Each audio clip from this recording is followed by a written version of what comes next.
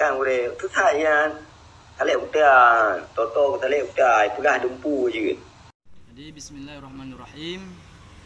Jadi panas tak lun kalon video siro tungku bak TikTok yang mengarahkan videonya gekun kulun bahwa lunyo sesat, lunyo salik buta, lunyo sulit. Baik lun tanggapi sabar-sabar hele.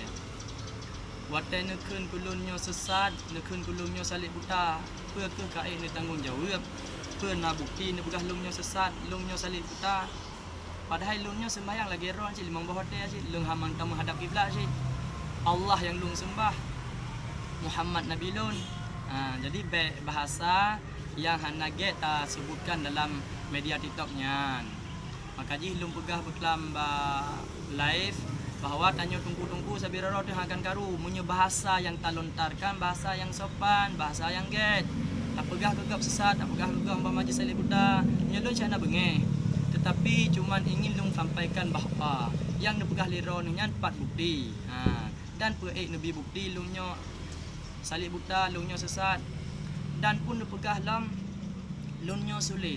Beklam memang puas dengan dia ka. Memang kawatir tolong lun pegah bah malam singoh mentang pada 12. Tetapi dikarat si le urung tu ibu ron. Kakeh lun po dan lun laki untuk jak pak mon jak kabah hajat. Ne pegah le ron dalam videonya lungnya sulit. Pegah lungnya jak kabah hajat atuk nya pada hana. Mungkin man lung jak me hapi-hapi lang kamamano kah mungkin. Jadi lun laki kepada gure hana lun sebutkan nama. Mungkin ron akan mengerti bahasanya taubah tanya sira tungku bahasa lebih baget bahasa. Baik tak pegah gegap sulit, punya hana bukti. Tak pegah gegap sesat, hana bukti. Tak pegah gegap salik buta, 4 bukti. Lung sembahyang limang bahote asyik. Kiblat lung Kaabah. Tuhan yang lung sembah Allah, Nabi lung Nabi Muhammad. Maka lung hadir dalam media khusus di TikToknya untuk lung baca makalah abu supaya mangat didengok di masyarakat seluruh Aceh. Mangat dinilai ke ajaran abunya betul ataupun hana. Dan lung hadir dalam media TikToknya untuk ingin lung bicarakan abuya. Lung bicarakan abuyanya sepana dan abuyanya le pesantren kun lung pegah baik dipegah ke legap abuyanya yang ngengkan.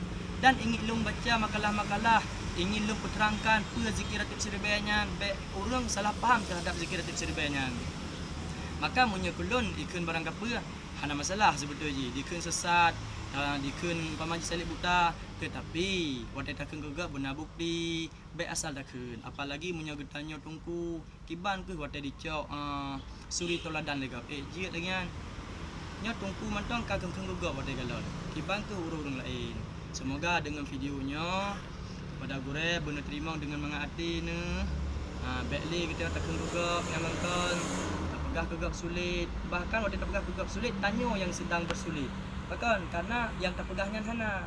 Karena yang dengan sulit mengkhabarkan sesuatu yang hana, yang kan dusta ataupun sulit. Menyebutkan al-kizbu la ummati.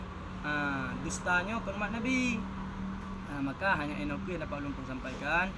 Nya segala kesalahan dan beri talak maaf kepada gure dan gure pun benar terima dengan hati lapang atau yang lum pegahnya. Sekian, assalamualaikum warahmatullahi wabarakatuh.